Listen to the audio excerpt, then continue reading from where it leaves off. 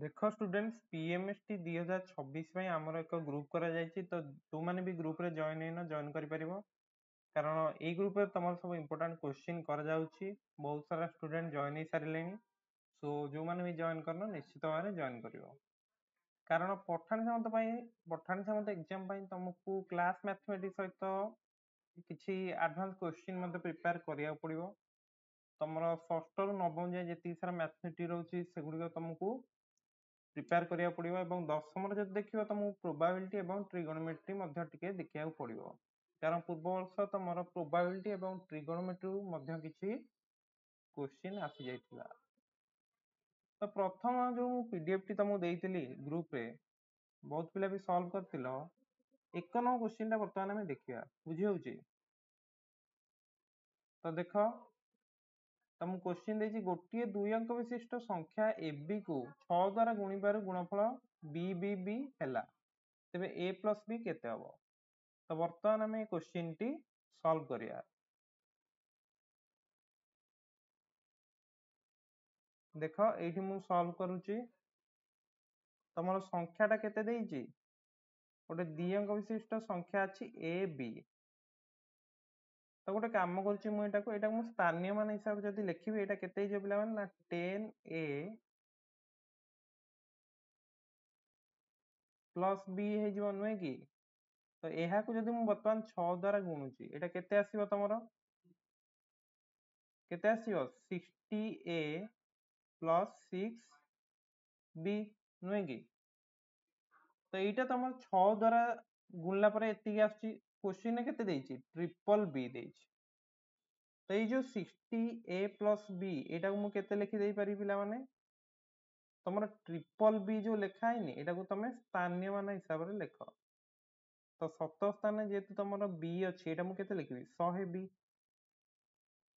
युक्त 10 स्थान पई केते गुणिबी ना 10 गुण देबी तो 10b एक स्थान रे गोटे बी अछि तो मु लिखिली b बुझी हला तो नेक्स्ट मु केते लिखिबी ना 60a plus b sorry 6b ये तुम केते आसला 100 बी 10 बी आ गोटे बी तो केते हला 111 बी बुझी होउची ना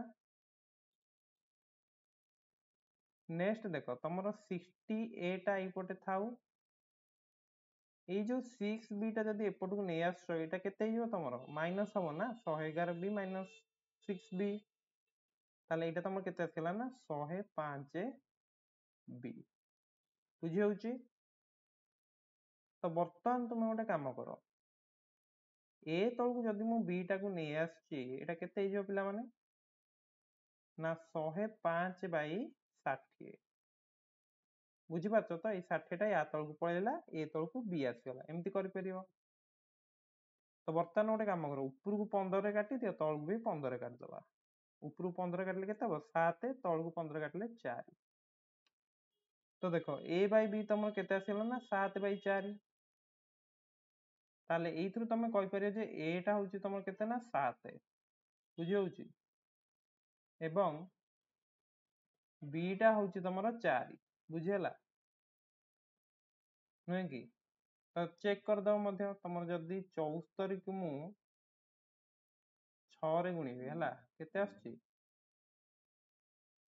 74 को 6 रे गुणले तमर आसुची 6 चौकु 24 4 रे गुणला 2 6 7 42 2 44 बुझी पारलो तो ताले आसुनी के तमर ट्रिपल बी क्लियर ताहले ए होची 7 बी होची 4 ताले ए प्लस बी तुम पचारथिला तो ए प्लस बी तमर केते हिजो पिला माने देखो ए प्लस बी ताले हिजो 7 युक्त 4 इक्वल टू 11 तो ऑप्शन बी होची तमर एठी करेक्ट बुझी पारलो तो समस्ते किसी डाउट नाही तो एमिति कर परियो नै कि प्रथमे ए बी टा को एमिति लिखि देलो जे 10a प्लस b ताकू 6 रे गुणले आसला तमरो 60a plus 6b right hand side रे जो तमरो ट्रिपल बी थिला एटा को तमे स्थानीय मान हिसाब लिखि दबो हला 100b plus 10b plus b तो एटा केते आछियो 111b तो ये जो 6b टा थिला एटा को एपटू नै आसला तो 105b हैला तो 60 a इक्वल टू जदि 105 b ताले a बाय b टा तमर केते हिजिवो 105 बाय 60 दैट इज केते 7/4 ताले a होची 7 b होची 4 दीटा तक मिसै दबो आंसर आसी जिवो 11 बुझिला।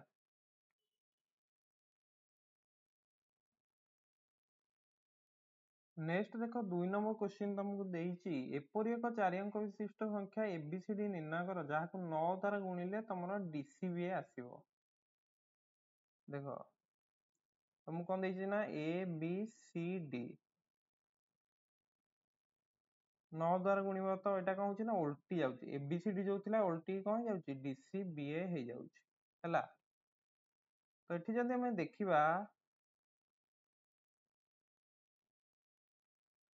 तो देखो ए जगह तुम केबे भी एठी 2 तो आसीबनी कारण देखो कारण जदि मु एमती 2000 भी मन कर लिखुची अंक तो चारटा जाक अलगा किंतु 2000 को 9 रे गुण देले तुम 18000 हे जाउची बुझियला।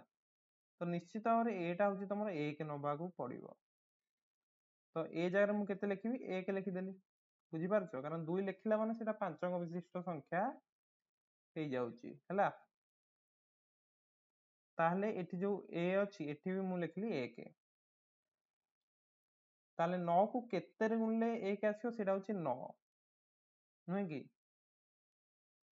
कारण 9 को आउ तो को संख्या रे गुणले भी माने कोन एक रे 1 आसुनी ताले डी रो जो वैल्यूटा तमरो 9 रहइबो बुझि होची। तो 9 नुआ 81 1 रखि नेला 8 एठी मझिरे दिटा अंक रहइला एठी भी तमरो डी जगह मु केते लिखि देबी डी जगह मु लिखि देबी 9 कारण डी रो वैल्यू हम केते पाइछंती डी रो वैल्यूटा 9 पाइछंती बुझियला तो 9 लिखि देली। तो आमर वर्तमान केवल दरकार बी दरकार एवं सी टा दरकार बुझी पारछो तो ए दिटा वैल्यू हमर दरकार।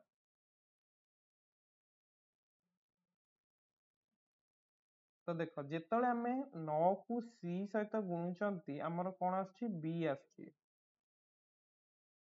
माने देखो 9 को मु सी सहित गुणिली माने 9 को सी सहित गुणिली तापरे एठी जो 8 टा जाई नथला ए 8 टा पुनी मिसेबी ना तो मिसेला परे तमरो एठी गोटे बी आछी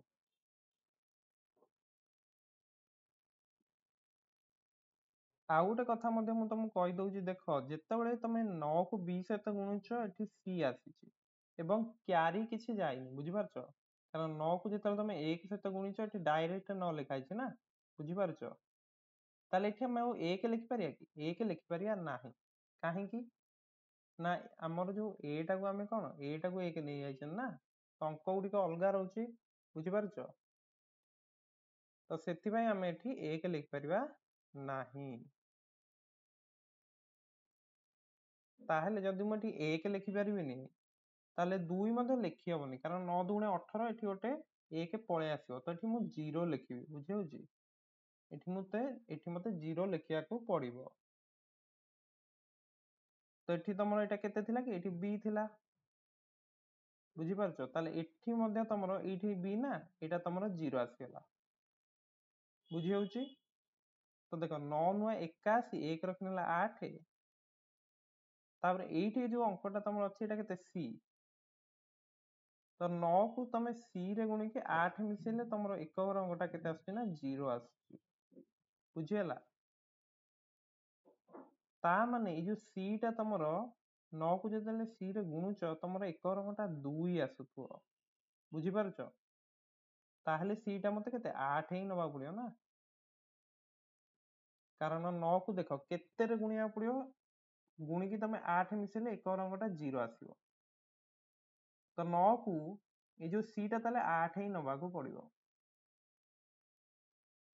बुझी पारलो मो कथाटी कारण 9 को केवल गोटिए संख्या द्वारा गुणिले ही एक और अंकटा 2 आसीबो सी होची कि 8 बुझियला कारण तमे चेक करो 1 रे गुणले केते 9 आसी 2 रे गुणले तमरो केते 8 आसी जाउची 3 रे गुणले 7 आसी जाउची केवल 8 द्वारा गुणले ही एक और अंकटा 2 आसीबो ताहेले एठी सी जगह रे तमरो केते पळे आसला ना 8 आसी गला ताले एठी मध्य मु केते लिखि देबी ଏଠି ସି ଅଛି ତ ଏଠି 8 ଲେଖିବେ ଆଉ କଣ। ତ 1099 ଆସିଲା, 1099 କୁ ଦେଖ ଏଠି ଓଲଟି ଯାଉନି କି, ତମର ABCD କୁ 9 ଦ୍ୱାରା ଗୁଣିଲେ DC ବି ଆସୁଥିଲା, ତ 1099 କୁ 9 ଦ୍ୱାରା ଗୁଣିଲେ କେତେ, 9801 ଆସୁଛି। ତ ଗୁଣନ କରିକି ବି ତମେ ଦେଖିପାରିବ, ଠିକ ଅଛି ଆନ୍ସର। ବୁଝିହେଲା ତ? ହେଲା, ଏଇଟା ମୁଁ ଅପସନ ଦେଇନଥିଲି କାରଣ ତମେ ଅପସନରୁ ନହେଲେ ସଲ୍ଭ କରିଦବ ନା, ଯୋଉଟା ମନେକର ଏଇଠି ଲେଖା ହେଇଥିବ ଯେ 1099, ତମେ ଚେକ୍ କରିଦବ ଆନ୍ସର ଦେଖି।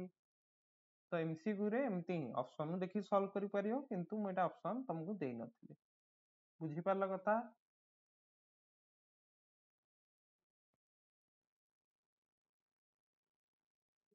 ନେକ୍ସଟ ଦେଖ 3 ନମ୍ବର ତମକୁ କଣ ଦେଇଛି ଦେଖ।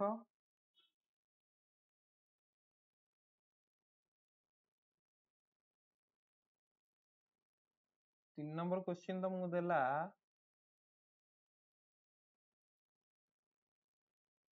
ତମକୁ କ୍ୱେଶ୍ଚିନ୍ ଦେଇଛି, ଏପରି ଏକ ସଂଖ୍ୟା ସ୍ଥିର କର ଯାହାର ଆରମ୍ଭରେ 1 ଲେଖିଲେ ଉତ୍ପନ୍ନ ସଂଖ୍ୟାଟି ମୂଳ ସଂଖ୍ୟାର 5 ଗୁଣ ହେଇଯିବ। ତ ଦେଖ ଏହାର ଅର୍ଥ ହଉଛି ଯେ ତମର ସଂଖ୍ୟାଟା କେତେ ଅଛି, XY ଅଛି। ବୁଝିପାରୁଛ? XY ମନେକର ଅଛି, ତାର ଆଗରେ ତମେ ଗୋଟେ ସଂଖ୍ୟା ଲେଖୁଛ, କେତେ ଲେଖିବ, 1 ଲେଖିବ। ବୁଝିହେଲା? ତ 1 ଲେଖିଲେ ଏଇଟା ତମର କଣ ହଉଛି ନା, ମୂଳ ସଂଖ୍ୟା କେତେ ଥିଲା, XY ଥିଲା, ତ ତାର 5 ଗୁଣ ହେଇଯିବ। ତ ପ୍ରଥମେ ଏଇଟା ତମର ଯୋଉ 1XY ଅଛି, ଏଟାକୁ ସ୍ଥାନୀୟ ମାନ ଅନୁସାରେ ଲେଖିଲେ କେତେ ହଉଛି, 1 ମାନେ 100, କାରଣ ଏଟା ଶତକରେ ଅଛି ନା। ନେକ୍ସଟ x ଟା ତମର କଣ, ଦଶକରେ ଅଛି, ତ ଏଟା ମୁଁ ଲିଖିଦେବି 10x। y ଟା କଣ ନା ଏକକରେ ଅଛି, ତ ସେଥିପାଇଁ ମୁଁ ଲିଖିଲି y ଇକ୍ୱାଲ ଟୁ କେତେ ହବ, ତମର xy ଇଣ୍ଟୁ 5, ତମର x ଟା ହଉଛି କେତେ, 10x, ତ 10x ପ୍ଲସ y ଇଣ୍ଟୁ 5, ତ 5 ଗୁଣିଲେ ଏଟା କେତେ ହେଇଯାଉଛି, 50x ପ୍ଲସ 5y। ବୁଝିହେଲା? ତ ଗୋଟେ କାମ କର, 10x ଟାକୁ ସେପଟୁ ନେଇଯାଅ, y ଟା ମଧ୍ୟ ସେପଟକୁ ନେଇଯାଅ। ତ 100 ଇକ୍ୱାଲ ଟୁ କଣ ହଉଛି ନା, ତମର 10x ଟା ଏପଟୁ ଆସିଲେ କେତେ ହେଇଯିବ, 40x, y ଟା ତମର ଏପଟୁ ଆସିଲେ କେତେ ହେଇଯିବ, 4y। ବୁଝିପାରୁଛ କଥା? ତାହେଲେ ତମେ ଚିନ୍ତା କରିପାରିବ ଯେ ଯଦି ଦେଖ ଏଠି ମୁଁ କଣ x ଜାଗାରେ 1 ପକେଇ ପାରିବି, 1 ପକେଇ ପାରିବି। ଯଦି ମୁଁ x ଜାଗାରେ ତମର 1 ପକଉଛି, ବୁଝିପାରୁଛ କଥା? ଯଦି ମୁଁ x ଜାଗାରେ 1 ପକଉଛି, ମତେ କଣ କରିବାକୁ ପଡିବ ନା, 4y ଅଛି, ତାର y ଜାଗାରେ ମତେ 15 ପକେଇବାକୁ ପଡିବ, ଯୋଉଟା କି ସମ୍ଭବ ନୁହେଁ, କାରଣ y ଟା କଣ ଗୋଟେ ଏକଙ୍କ ବିଶିଷ୍ଟ ସଂଖ୍ୟା ନା। ତ ଏଇ ଯୋଉ ଆମେ କଲେ 1, ଏଇଟା ହବନି। ଏବଂ ଆମେ 3 ମଧ୍ୟ ପକେଇ ପାରିବା ନାହିଁ, କାରଣ 40 କୁ ଯଦି 3 ରେ ଗୁଣିବ, ଇଏ ତ 100 ରୁ ଅଧିକା ହେଇଯାଉଛି ନା, ତ ଏଇଟା ବି ହବନି। ତ ଆମକୁ ଯେମିତି ହେଲେ y, ତମର ଯୋଉ x ଟା ଅଛି, ଏଟାକୁ 2 ନବାକୁ ପଡିବ। ବୁଝିହଉଛି? ତ ଏଟା ତମର କେତେ ହେଲା ନା, 40 ଇଣ୍ଟୁ 2, ତାହେଲେ y ଟା ମୁଁ କେତେ ନେବି, ଇଏ 80 ହେଇଗଲା ନା, ତାହେଲେ y ଟା ମତେ 5 ନବାକୁ ପଡିବ। ବୁଝିହେଲା? ତାହେଲେ ଯାଇକି ଆମର 100 ହଉଛି। ତାହେଲେ ଏଠି x ହଉଛି 2, y ହଉଛି 5, ତ ପ୍ରଥମରୁ ଯୋଉ ସଂଖ୍ୟାଟା ଆମେ ନେଇଥିଲେ କେତେ, xy ନେଇଥିଲେ ନା, ତାହେଲେ ସଂଖ୍ୟାଟା ହଉଛି 25। ବୁଝିହେଲା? ଏବଂ ଯଦି 25 ଆଗରେ ତମେ ଗୋଟେ 1 ଲେଖି ଦଉଛ, ଏଟା 125 ହେଇଯାଉଛି ନା। ଏବଂ 125 ଟା ତମର କଣ, 25 ର 5 ଗୁଣ ହଉନା କି? ବୁଝିପାରିଲ କଥା? ଏଠି ବି ତମର ଅପସନ ଟା ଦିଆ ହେଇନଥିଲା, କାରଣ ଅପସନ ଦେଖିଥିଲେ ତମକୁ ଅପସନ ଦେଖିକି ସଲ୍ଭ କରିଦେଇଥାନ୍ତ, ତ ସେଥିପାଇଁ ତମକୁ ଅପସନ ଟା ମୁଁ ଦେଇନଥିଲି। ହେଲା, ତମର ଏଠି ଆନ୍ସର ଟା 25 ରହିବ। ବୁଝିପାରୁଛ କଥା?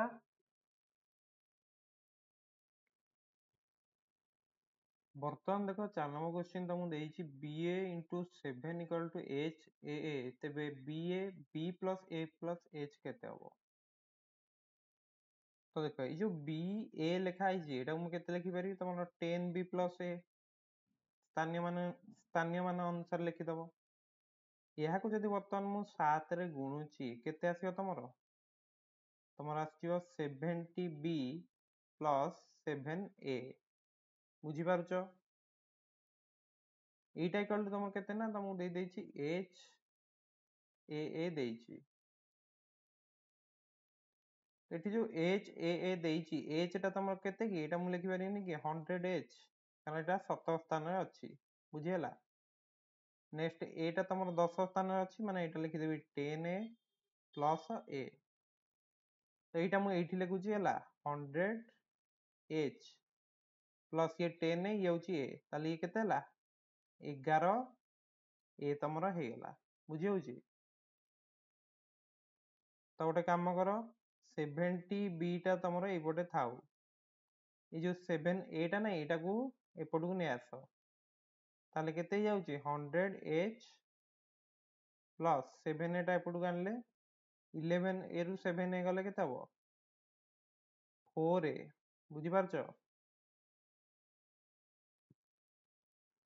তো বর্তমান তোমার এই যে ইকুয়েশনটা আসছে এহাকু যদি তুমি সলভ করে দউছ তোমার h a b তোমাকে মিলিଯିବ b জায়গায় তো তুমি কেবে a কে পকাই পারিও কি কারণ দেখো 100h প্লস 4a মানে এটা নিশ্চিত ভাবে 100 রু ଅଧିକା হব তো a কে পকাই পারিও ନାହିଁ যদি 2 পকাউছ b জায়গায় যদি 2 পকাউছ তাহলে এটা কেতে ହେଇଯିବ 140 তুমি চিন্তা করি পারথিব যে 140 হেলে তোমাকে h জায়গায় কেতে a কে পকাইବାକୁ পড়িବ ଯଦି ତମେ h ଜାଗାରେ 1 ପକଉଛ ଏଠି a ଜାଗାରେ କେତେ ପକେଇବାକୁ ପଡିବ ନା a ଜାଗାରେ 10 ପକେଇବାକୁ ପଡିବ ଯୋଉଟା କି ସମ୍ଭବ ନୁହେଁ ବୁଝିପାରିଲ କଥା ତାହେଲେ ଏଠି ଆମକୁ ଗୋଟେ କାମ କରିବାକୁ ପଡିବ ତମର 2 ତ ତାହେଲେ ସମ୍ଭବ ନୁହେଁ ବୁଝି ହଉଛି ତାହେଲେ ଗୋଟେ କାମ କର ତମର ବର୍ତ୍ତମାନ ଦେଖ b ଜାଗାରେ 3 ପକେଇକି ଦେଖ ଯଦି ତମେ 70 into 3 କରୁଛ ହେଲା 70 into 3 ଗଲେ ଏଟା କେତେ 210 210 ମାନେ ତମକୁ h ଜାଗାରେ କେତେ ପକେଇବ 2 ହିଁ ପକେଇ ପାରିବ କାରଣ 3 ପକେଇଲେ ଅଧିକା ହେଇଯାଉଛି ତ 100 into 2 କିନ୍ତୁ ଏଠି ତମର ଅସୁବିଧା କଣ ହବ ନା ତମର a ଜାଗାରେ ତମେ କିଛି ପକେଇ ପାରିବ ନାହିଁ କାରଣ 4a equal to 10 ହଉଛି ନା ମୋ କଥାଟି ବୁଝି ପାରୁଛ ତାହେଲେ ତମେ ଏଠି କଣ କିଛି ଗୋଟେ ଅଙ୍କ ପକେଇ ପାରୁନ ଯେହେତୁ ତମକୁ ତମର b ଜାଗାରେ ତମେ 3 ମଧ୍ୟ ପକେଇ ପାରିବ ନାହିଁ ବୁଝିହେଲା କଥାଟି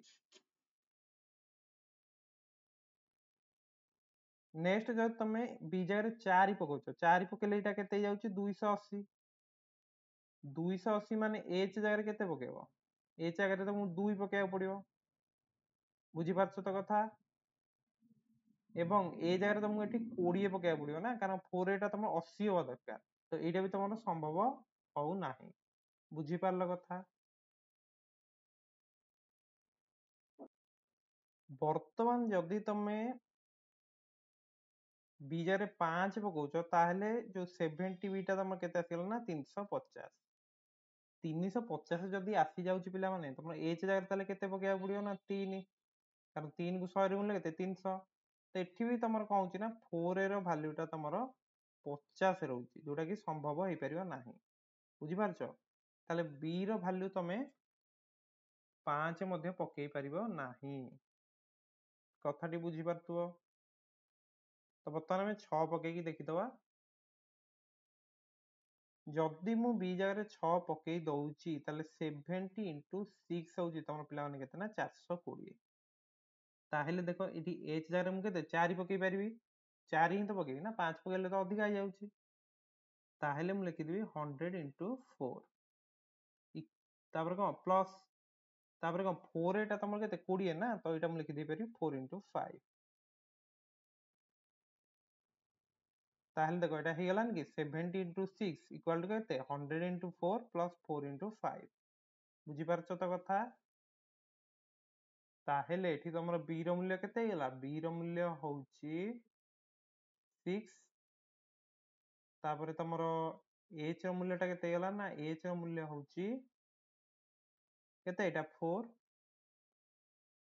ଏବଂ a ର ମୂଲ୍ୟ ଟା ତମର କେତେ ଆସିଲା ନା 5 ହେଲା ଏଟା ତମର ଇକ୍वेସନ କଣ ରହିଲା 65 ଗୁଣନ 7 equal to 455 ଠିକ ହଉଛି তাহলে বি প্লস এ কেতে ବୁଝିପାରୁଛ ତ? ତାହେଲେ B plus H plus A ତମର କେତେ ହେଇଗଲା? 6 4 10 5 15।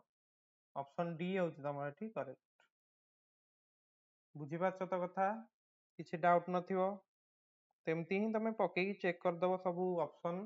ମାନେ ଏଠି ଦେଖ, ଏଠି ଯଦି କୋଶ୍ଚିନ୍ ତମକୁ ଅପସନ ଦେଇ ଦଉଛି ଗୁଣନର, ତାହେଲେ ତମେ ଆରାମସେ କରିପାରିବ। କିନ୍ତୁ ଯଦି ଏମିତି B plus A plus H କିମ୍ବା ଅଙ୍କାନକ ସମଷ୍ଟି ପଚାରି ଦଉଛି, ସେଠି ତମକୁ ଏଇ ଫର୍ମୁଲାରେ ଯିବାକୁ ପଡିବ।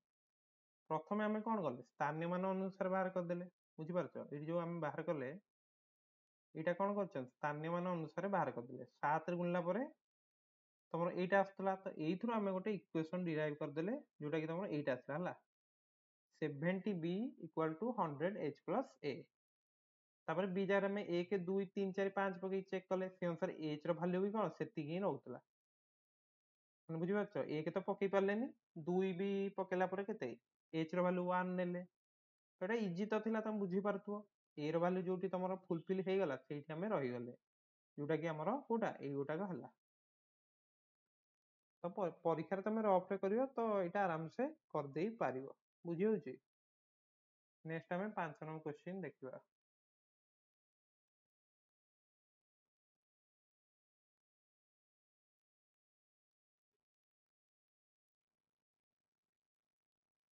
ନେକ୍ସଟ କ୍ୱେଶ୍ଚିନ୍ ଟା ଦେଖ, ଏଇଟା ଗୋଟେ ଭଲ କ୍ୱେଶ୍ଚିନ୍ ରହିଛି। ସମସ୍ତେ ଭଲ ଭାବରେ ବୁଝ ଏଇଟା। ତମକୁ ଦେଇଛି 5ଟି ବିରାଡ଼ି। କ୍ୱେଶ୍ଚିନ୍ ଟା ସବୁବେଳେ ଭଲ ଭାବରେ ପଢୁଥିବ ହେଲା। କଣ ଦେଇଛି କ୍ୱେଶ୍ଚିନ୍? 5ଟି ବିରାଡ଼ି 5 ମିନିଟରେ ତମର 5ଟି ମୂଷା ଧରିଥାନ୍ତି।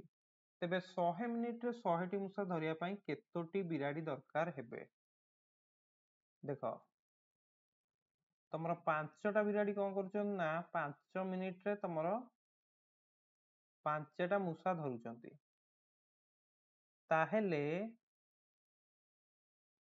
ଯଦି ମୁଁ ଏଠି ତମର କଣ କରିବି? ଗୋଟେ ବିରାଡ଼ି କରିଦଉଛି ହେଲା। ଗୋଟେ ବିରାଡ଼ି 5 ମିନିଟରେ କଣ କରିବେ ନା, ଦେଖ ଏଠି ତମର କଣ ବିଲେଇ ସଂଖ୍ୟାରେ ମୁଁ କଣ 5 ହରଣ କରିଦେବି। ତାହେଲେ ଗୋଟେ ବିଲେଇ ଯଦି କରିଦଉଛି, ତାହେଲେ 5ଟା ମୂଷାରେ ବି ସେୟା କଣ ହରଣ କରିବା ନୁହେଁ କି? କାରଣ ଏତେ ମିନିଟ ଟା ମୁଁ କନଷ୍ଟାଣ୍ଟ ରଖିଛି, ଟାଇମ ଟା କନଷ୍ଟାଣ୍ଟ ଅଛି। 5ଟା ବିଲେଇ 5ଟା ମୂଷା ଧରୁଥିଲେ, ବର୍ତ୍ତମାନ ଗୋଟେ ବିଲେଇ ହେଇଗଲା ତ ଗୋଟେ ମୂଷା ହେଇଯିବ। ବୁଝି ହଉଛି କଥା? ନେକ୍ସଟ, ତମର ଗୋଟେ ବିଲେଇ 5 ମିନିଟରେ ଧରୁଛି ଗୋଟେ ମୂଷା, ତାହେଲେ ଏଇଟା ମୁଁ ଯଦି 100 ମିନିଟ କରିଦେବି, କଣ କଲି? ଏଇଟା 20 ଗୁଣନ କଲି। ଦେଖିପାରୁଛ? ତାହେଲେ ଏଠି ଯୋଉ ଗୋଟେ ମୂଷା ଥିଲା, ଏଥିରେ ବି କଣ କରିବି? 20 ଗୁଣନ କରିଦେବି। ତାହେଲେ ଏଇଟା କଣ ହେଇଯିବ? 20 ମୂଷା। ବୁଝିପାରିଲ କଥାଟି? ତମର ଗୋଟେ ବିଲେଇ 5 ମିନିଟରେ ଗୋଟେ ମୂଷା ଧରୁଥିଲା ନା। ଗୋଟେ ବିଲେଇ କଣ 5 ମିନିଟରେ ଗୋଟେ ମୂଷା ଧରୁଥିଲା, ତାହେଲେ 100 ମିନିଟ କରିଦଉଛି, ମାନେ ଟାଇମ ଟା ବଢିଲା, ମାନେ ମୂଷା ସଂଖ୍ୟା ଧରିବା ବି ବଢିବ ନା। ତାହେଲେ ଗୋଟେ ବିଲେଇ ତମର 100 ମିନିଟରେ 20ଟା ମୂଷା ଧରିବ। ବର୍ତ୍ତମାନ ଦେଖ, ମୁଁ 100 ମିନିଟ ରଖିଛି କନଷ୍ଟାଣ୍ଟ। ଏଇ ଯୋଉ ମୂଷା ସଂଖ୍ୟାରେ ବର୍ତ୍ତମାନ ଯଦି ମୁଁ 5 ଗୁଣନ କରୁଛି, 100 ମୂଷା କରିଦେଲି ହେଲା। ତାହେଲେ ଚିନ୍ତା କର, 20 ମୂଷା ଧରୁଥିଲା ଗୋଟେ ବିଲେଇ, ତାହେଲେ ଏଇ ଯୋଉ 100ଟା ମୂଷା ଧରିବାକୁ କଣ କରିବ? 5 ଗୁଣନ କରିଛି ମାନେ ଏଠି ବି 5 ଗୁଣନ କରିବି। ତାହେଲେ ଏଠି କଣ 5ଟା ବିଲେଇ ହେଇଯିବନି କି? ବୁଝିପାରୁଛ? ତାହେଲେ 100 ମିନିଟରେ 100ଟା ମୂଷା ଧରିବା ପାଇଁ ତମର କଣ 5ଟା ବିଲେଇ ହିଁ ଦରକାର। କିନ୍ତୁ ପ୍ରାୟ ପିଲା ଏଠି 100 ଯଦି ତମେ ଆନ୍ସର କରିଦଉଛ, ଭୁଲ ହେଇଯିବ। ତମେ ଦେଖିଲ ଯେ 5ଟା ବିଲେଇ 5 ମିନିଟରେ 5ଟା ମୂଷା ଧରୁଛନ୍ତି ହେଲା। ତମେ ଭାବିଦେଲ ଯେ 100 ମିନିଟରେ 100ଟା ମୂଷା କେତେ, 100 କରିଦେଲ ଆନ୍ସର। ତ ଏମିତି କରିବନି, ଏଟା ଭୁଲ ହେଇଯିବ। ତମର ଏ ହଉଛି ଏଠି ଆନ୍ସର ହେଲା। ତ ଭଲରେ ଏଇଟା ବୁଝି ନିଅ। ଯଦି କିଛି ଡାଉଟ ଅଛି, ନିଶ୍ଚିତ ଭାବରେ ତମେ କମେଣ୍ଟ ସେକ୍ସନରେ ପଚାରି ପାରିବ। ଦେଖ, ଆଉ ଥରେ କହିଦଉଛି, 5ଟା ବିଲେଇ 5 ମିନିଟରେ 5ଟା ମୂଷା ଧରୁଥିଲେ। ମୁଁ କଣ କଲି ନା 5ଟା ବିଲେଇ ଜାଗାରେ ମୁଁ ଗୋଟେ ବିଲେଇ ଲେଖିଦେଲି। ତ ବିଲେଇ ସଂଖ୍ୟା ଯଦି କମୁଛି, ମୂଷା ସଂଖ୍ୟା ବି କମିଯିବ ନା। ଏଠି ଦେଖ, ଟାଇମ ଟା କନଷ୍ଟାଣ୍ଟ ରଖିଛି ହେଲା। 5ଟା ବିଲେଇ 5ଟା ମୂଷା ଧରୁଥିଲେ, ତ ଗୋଟେ ବିଲେଇ କଣ ଗୋଟେ ମୂଷା ଧରିବ। ବର୍ତ୍ତମାନ ମୁଁ କଣ କଲି ନା 20 ପୁଣି ଗୁଣନ କରିଦେଲି ହେଲା, ତ 20 ମୂଷା ହେଇଗଲେ। ତାହେଲେ ଏଠି ଯୋଉ ଏଠି ଯୋଉ 5 ମିନିଟ୍ ଥିଲା ମୁଁ 20 ଗୁଣନ କରି 100 ମିନିଟ୍ କରିଦେଇଛି। ତ 100 ମିନିଟ୍ ପାଇଁ ତମର ଗୋଟେ ବିଲେଇ ଯେତେବେଳେ 5 ମିନିଟ୍ରେ ଗୋଟେ ମୂଷା ଧରୁଥିଲା, 100 ମିନିଟ୍ରେ କଣ ହବ 20ଟା ମୂଷା ଧରିବ। ବୁଝିପାରିଲ କଥାଟା? ତ ଗୋଟେ ବିଲେଇ ଯଦି 100 ମିନିଟ୍ରେ 20ଟା ମୂଷା ଧରୁଛି, ମୁଁ କଣ କଲି ନା ପୁଣି 5 ଗୁଣନ କରିଦେଲି, ମାନେ 100ଟା ମୂଷା ଏଠି କରିଦେଲି। ତ ଏଟା କଣ ହବ, ଗୋଟେ ବିଲେଇ 100 ମିନିଟ୍ରେ 20ଟା ମୂଷା ଧରୁଥିଲା, ତ 100ଟା ମୂଷା ଧରିବାକୁ 20ଟା ମୂଷା ଧରୁଥିଲା, ସରିଗଲା 20ଟା ମୂଷା ଧରୁଥିଲା 100 ମିନିଟ୍ରେ। ତାହେଲେ 100ଟା ମୂଷା ଧରିବା ପାଇଁ କେତେଟା ବିଲେଇ ଦରକାର ନା 5ଟା। ବୁଝିହେଲା ତ କଥା? ତ ଏଠି ତମର ଏ ହଉଛି answer.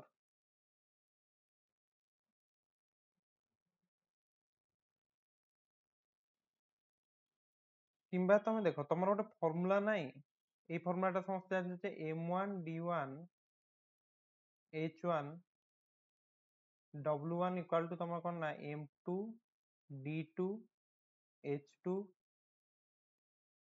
Sorry m1 d1 h1 w2 equal to m2 d2 h2 w1 ହେଲା। ତ m1 ହଉଛି ତମର କେତେ ଜଣ ଲୋକ କାମ କରୁଛନ୍ତି d1 ଦିନରେ h1 ଘଣ୍ଟା କାମ କରି w1 କାର୍ଯ୍ୟ କରୁଛନ୍ତି, ବୁଝିପାରୁଛ? ଏବଂ m2 ଜଣ ଲୋକ d2 ଦିନରେ ଦିନକୁ h2 ଘଣ୍ଟା କାମ କରି w2 ସଂଖ୍ୟକ କାର୍ଯ୍ୟ କରିପାରୁଛନ୍ତି, ତାହେଲେ ଏଇ ରିଲେସନଟା ରହିବ। ତ କ୍ୱେଶ୍ଚିନ୍ ଦେଖିକି ତମକୁ ଆଇଡେଣ୍ଟିଫାଇ କରିବାକୁ ପଡିବ ଯେ m1 d1 h1 w2 କଣ ରହୁଛି। ଯେମିତି କି ଏଠି m1 ଟା କେତେ 5ଟା ବିଲେଇ ଅଛନ୍ତି, ତ m1 ଜାଗାରେ ମୁଁ ଲେଖିଦେଲି 5 ହେଲା।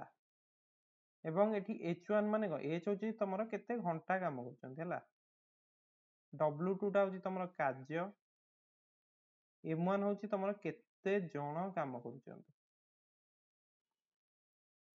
ତ ତମକୁ କ୍ୱେଶ୍ଚିନ୍ ଦେଖିକି ଆଇଡେଣ୍ଟିଫାଇ କରିବାକୁ ପଡିବ। ଯେହେତୁ ଏଠି ତମ ବିଲେଇ ଦେଇଛି ତ ମୁଁ m1 ଜାଗାରେ 5 ଲେଖିଲି। ବୁଝିଯାଉଛି? ଏଠି ତମର d1 ଆଉ d2 ନାହିଁ, ଯୋଉଠି d1 ଆଉ d2 ମନେକର କି h1 h2 କିଛି ନଥିବ, ସେ ଅନୁସାରେ ଫର୍ମୁଲାରୁ ସେଟା କାଟିଦବ। ତାହେଲେ ଏଠି ତମର ଫର୍ମୁଲାଟା ରହିବ m1 d1 ସରି d1 ଟା ନାହିଁ ନୁହେଁ କି,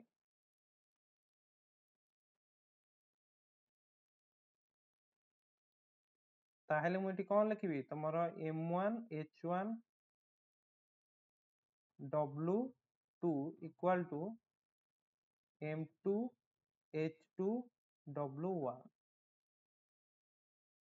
ତ ଏଠି h1 ମାନେ କେତେ ସମୟ ଏଠି କାମ କରୁଛ, କେତେ ମିନିଟ୍ ଲାଗୁଛି, ପ୍ରଥମରୁ 5 ମିନିଟ୍ ଲାଗୁଛି, ତାହେଲେ h1 କେତେ 5 w2 ଏଠି ଯୋଉ ମୂଷା ଯେତିକି ଧରୁଛନ୍ତି ସେଇଟା ହିଁ ତମର କାର୍ଯ୍ୟ ରହିବ। ଏଠି ତମର ମାନେ w1 ଟା ହଉଛି 5, w2 ଟା ହଉଛି 100।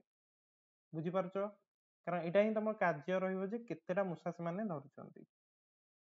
ତ w2 ଜାଗାରେ ମୁଁ କେତେ ଲେଖିଦେଲି, w2 ଜାଗାରେ ମୁଁ 100 ଲେଖିପାରିବି ନୁହେଁ କି।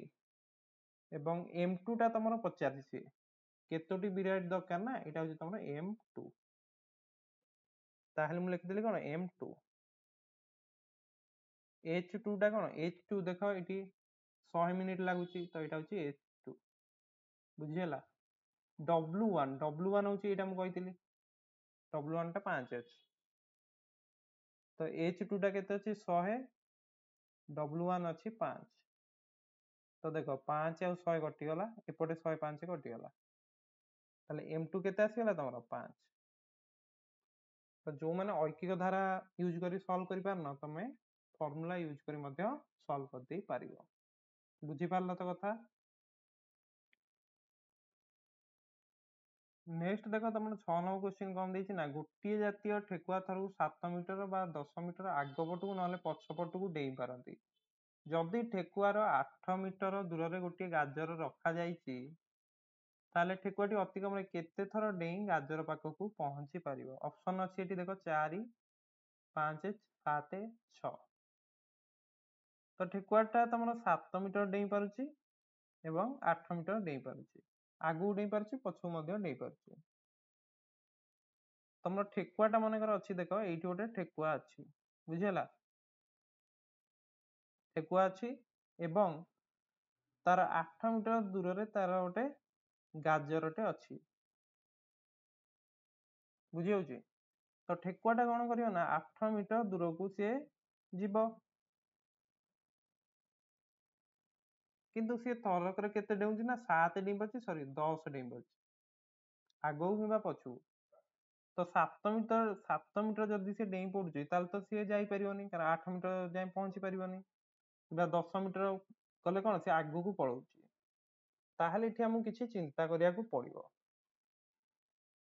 ମନେକର ସେ 7 ମିଟର ଡେଇଁଲା ଦିଥର, ତାହେଲେ କେତେ ବାଟ ଗଲା 14। ଆଉ ଥରେ ପଛକୁ ଯଦି 10 ଡେଉଁଛି -10 କଲେ 4, ତ ଏମିତି ତ ହଉନି। ନେକ୍ସଟ ତମେ ଚିନ୍ତା କର, ମନେକର ସେ 7 ମିଟର 3 ଥର ଡେଇଁଲା। ପ୍ରଥମେ ଆମେ କଣ କଲେ, 7 ମିଟର ଥରେ ଡେଇଁଲେ ତ ହଉନାହିଁ, 2 ଥର ଡେଇଁଲେ ବି ହଉନାହିଁ, 3 ଥର ଡେଇଁଲେ ସେ ଗଲା 21। ବୁଝିପାରୁଛ, 21 ମିଟର ଯାଏ ପହଞ୍ଚିଗଲା, ମନେକର ଏଇଠି ଆସି ପହଞ୍ଚିଗଲା। ତାପରେ ସେ କଣ କରିବ ନା, ମନେକର ସିଏ 10 ମିଟର ପଛକୁ ଡେଇଁ ପଡିଲା, ହେଲା, ପଛକୁ ଡେଇଁଲା, ତାହେଲେ କେତେରେ ଆସି ପହଞ୍ଚିବ, -10 କଲେ 11। ତ ଏମିତିରେ ବି ତମର କିଛି ରିଲେସନ ଆସୁନାହିଁ, ବୁଝିହେଲା। ନେକ୍ସଟ ଆମେ କରିବା ଗୋଟେ କାମ, ମନେକର ସିଏ 4 ଥର ଡେଇଁଲା, 7 × 4 କେତେ ଗଲା, ସିଏ 28। ତ ଲକ୍ଷ୍ୟ କରିପାରୁଥିବ ଯେ ଯେହେତୁ ଆମର 8 ଦରକାର ଅଛି, ତ 28 ନେଲେ ଆମର ଏଇଟା ହେଇପାରିବ, କାରଣ ଆମେ ଗୋଟେ କାମ କରିପାରିବା ଯେ ସିଏ ମନେକର 2 ଥର 10 ମିଟର ପଛକୁ ଡେଇଁ ପଡିଲା, ବୁଝିପାରୁଛ। 28 ମିଟର ମାନେ ଏଇଠି ଆସିକି ପହଞ୍ଚି ଯାଇଛି। ତାପରେ ସେ କଣ କଲା ନା, ତମର 2 ଥର ସିଏ ପଛକୁ ଡେଇଁଲା 10 ମିଟର, ତାହେଲେ 28 ରୁ 20 ଗଲେ ତମର କେତେ, 8 ମିଟର ହଉନି କି, ହଉଛି, ବୁଝିହେଲା। ତାହେଲେ ସେ 7 ମିଟର ଡେଇଁଲା ତମର 4 ଥର, 28 ମିଟର ଯାଇ ପହଞ୍ଚିଲା। ନେକ୍ସଟ ସେ କଣ କରୁଛି ନା 2 ଥର 10 ମିଟର ପଛକୁ ଡେଇଁଛି, ତ ପଛକୁ ମାନେ କଣ, ମାଇନସ କଲି, ତ କେତେ ଆସୁଛି, 28 ରୁ 20 ଗଲେ ତମର 8 ଆସିଯାଉଛି। ତାହେଲେ ଦେଖ, ଇଏ 4 ଥର ଏଠି ଡେଇଁଲା, ଏଠି ତମର 2 ଥର ଡେଇଁଲା, ଟୋଟାଲ କେତେ, 6 ଥର ଡେଇଁଛି। ଅତି କମରେ 6 ଥର ହିଁ ହେଇପାରିବ, ତାଠୁ କମ ଥରରେ ସେ ପହଞ୍ଚି ପାରିବ ନାହିଁ। ତ ଯଦି ତମର ଏଇଭଳି କ୍ୱେଶ୍ଚିନ୍ ଆସୁଛି, ତମେ ଏଇଭଳି ଚିନ୍ତା କରିକି କରିବ। ତ ବହୁତ ଟ୍ରିକି କ୍ୱେଶ୍ଚିନ୍ ଏଇଟା ଗୋଟେ ଥିଲା, ମୁଁ ଆଶା କରୁଛି ଏଇଟା ସମସ୍ତେ ବୁଝିପାରିଥିବ।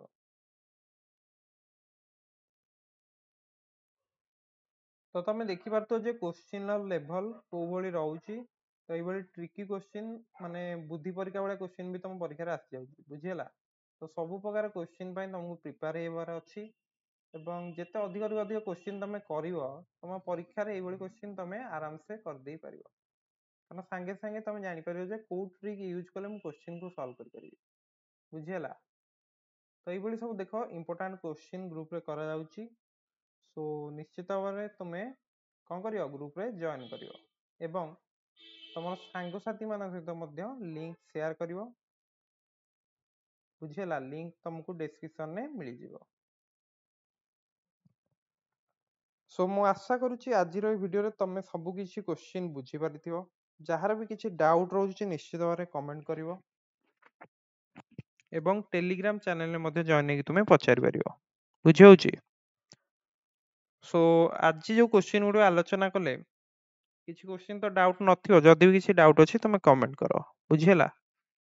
ସୋ ଏଇଭଳି କ୍ୱେଶ୍ଚିନ୍ ଗ୍ରୁପରେ ଦିଆଯାଉଛି, ସୋ ସମସ୍ତେ ଜଏନ୍ କର, ଏବଂ ପଠାଣି ସାମନ୍ତ ପାଇଁ ଆଜିଠାରୁ ପ୍ରିପାରେସନ୍ ଆରମ୍ଭ କରିଦିଅ। ପ୍ରିଭିୟସ୍ ଇୟର ଯେତିକି ଯାକ କ୍ୱେଶ୍ଚିନ୍ ଅଛି ତାକୁ ଫାଷ୍ଟ ତମେ କଣ କରିବ, ପ୍ରାକ୍ଟିସ୍ କର, ଯାହାଦ୍ୱାରା କି କ୍ୱେଶ୍ଚିନ୍ ତମର ପରୀକ୍ଷାରେ କୋଉ ଭଳିଆ ଆସୁଛି ତମେ ଜାଣିପାରିବ, ଏବଂ ଯୋଉ କ୍ୱେଶ୍ଚିନ୍ ଗ୍ରୁପରେ ଦିଆଯାଉଛି ତାକୁ ମଧ୍ୟ ତୁମେ ସବୁ ପ୍ରାକ୍ଟିସ୍ କର, ବୁଝି ହଉଛି। ସୋ ଦେଖା ହବା ନେକ୍ସଟ ଭିଡିଓରେ। ମୁଁ ଆଶା କରୁଛି ସମସ୍ତଙ୍କୁ ଭିଡିଓଟି ଭଲ ଲାଗିଥିବ। So thank you, best of lock.